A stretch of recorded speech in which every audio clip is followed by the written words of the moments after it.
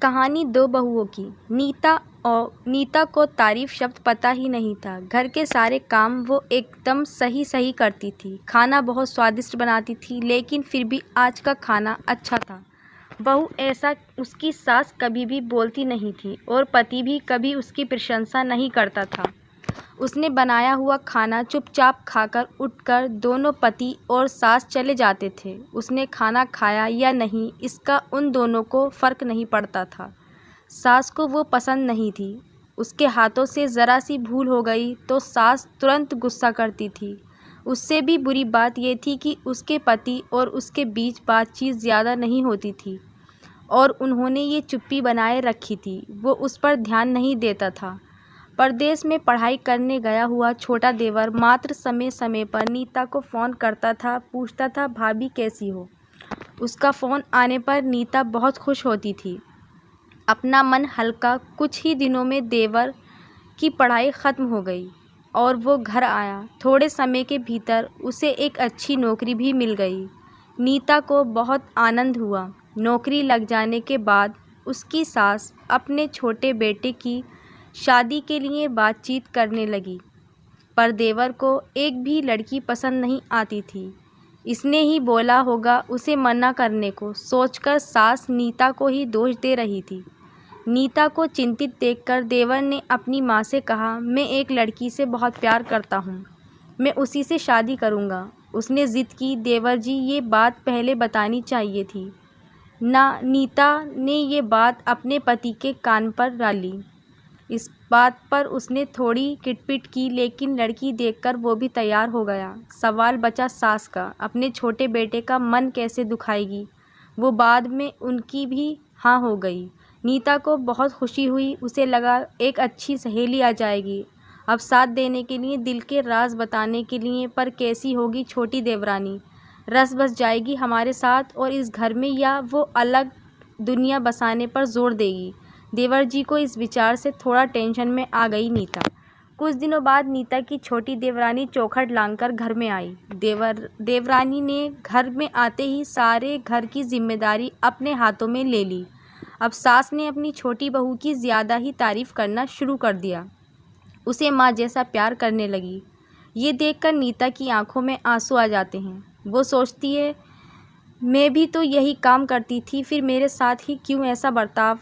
अब थोड़े दिनों बाद छोटी देवरानी पूरे घर पर राज करेगी और फिर मेरी जगह वहाँ पर कोने में होगी। अपने ही विचारों में खो गई नीता के भाव समझने पर छोटी देवरानी नीता के हाथ अपने हाथ में लेकर बोली, दीदी मुझे सब पता है, मुझे अपनी छोटी बहन समझिए, देखना बहुत जल्दी सब ठीक हो जाएगा।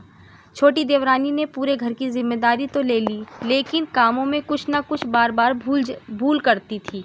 फिर देवरानी नीता के पास जाती और मदद मांगती थी। ऐसा रोज़ ही होने लगा। ये देखकर सास लेकिन गुस्सा हो गई, मेरे रहते हुए वो छोटी बहू बड़ी बहू को क्यों पूछती रहती है। फिर सास भी रसोई घर में आकर चार काम शुरू करने लगी। धीरे धीरे वो छोटी बहू के साथ साथ अनजाने में बड़ी बहू से भी प्यार से बर्ताव करने लगी, प्यार से बोलने लगी, नए पदार्थ दोनों को सिखाने लगी, भूल समझकर समझाने लगी। अब सास और दोनों बहुओं में अच्छी दोस्ती होने लगी। इस वजह से बड़ी बहू का स्वभाव भी अच्छा होने लगा, उसके स्वभाव में खुलापन आ गया। सास भी दोनों के साथ कभी शॉपिंग तो कभी फिल्म देखने जाने लगी। वो अपनी दोनों बहुओं को समान प्यार करने लगी थी। इस वजह से घर का माहौल हंसता खेलता हो गया। इसके अलावा अपने भाई और उसकी पत्नी की बॉन्डिंग देखकर नीता का पति भी उसके साथ अच्छा व्यवहार करने लगा। ये देखकर छोटी बहू बहुत खुश हुई। दीदी घर पर पहले आप ही का हक था। ऐसा बोलकर छोटी बहू ने पूरी घर की जिम्मेदारी अपनी जेठानी को दे दी। साल भर में नीता के देवर को अच्छे वेतन और बड़ी पोस्ट पर स्थानांतरित किया गया। अब छोटी देवरानी भी अपने पति के साथ परदेश जाएगी और मैं फिर अकेली रह जाऊंगी। इतना ही नहीं, इतने सालों बाद सास का व्यवहार जो इतने सालों बाद बदल गया था, वो फिर से वही हो गया। तो इस विचार से नीता डर गई। देवरानी की नीता को इतनी आदत हो गई थी कि उसके बिना घर काटने को दौड़ेगा। देवरानी के आ जाने से घर का माहौल बदल गया था। वो थी ही ऐसी खुशमिजाज और ऊर्जावान, जैसा कि नाम से पता चलता है यहाँ देवरानी की हालत भी कुछ अलग नहीं थी। उसे दुख हुआ कि यहीं रहना पड़ा तो उसे अपने पति से दूर रहना पड़ेगा। नीता के देवर की जाने की गड़बड़ और देवरानी मात्र टेंस होने के कारण नीता सोच में पड़ी। अंत में उसने देवरानी को पूछा तो देवरानी ने जवाब दिया कि दीदी, मैं सारा दिन नए स्थान पर अकेली रहूँगी, उससे अच्छा है मैं यहीं रहूँ। आपके देवर को बोला है मैंने, शनिवार और रविवार की छुट्टियों में आप ही यहाँ आ जाया करें। मैं भी उनके साथ जाया करूँगी बीच बीच में, थोड़ा बदलाव के लिए। उस पर वो बोलते ही कि 6 महीने में वापस यहाँ ही बदली कर लूँगा। मैं अपने पति की नकल करके देवरानी बोली और छोटी देवरानी भी हंसने लगी। अपनी आंखों के आंसू पोंछते हुए नीता बोली, छोटी, ये दिन वापस नहीं आने वाले। जाओ तुम अपने पति के साथ, उनके साथ भी तो कोई होना चाहिए ना। दीदी, आपने मुझे बड़ी बहन का प्यार दिया, वैसे ही भैया के रूप में एक बड़ा भाई मिला। ये भरा हुआ संसार छोड़कर मैं कैसे जाऊं? वहाँ अकेली का मन नहीं लगेगा। 6 महीने का तो सवाल है, वो आते रहेंगे यहाँ पर।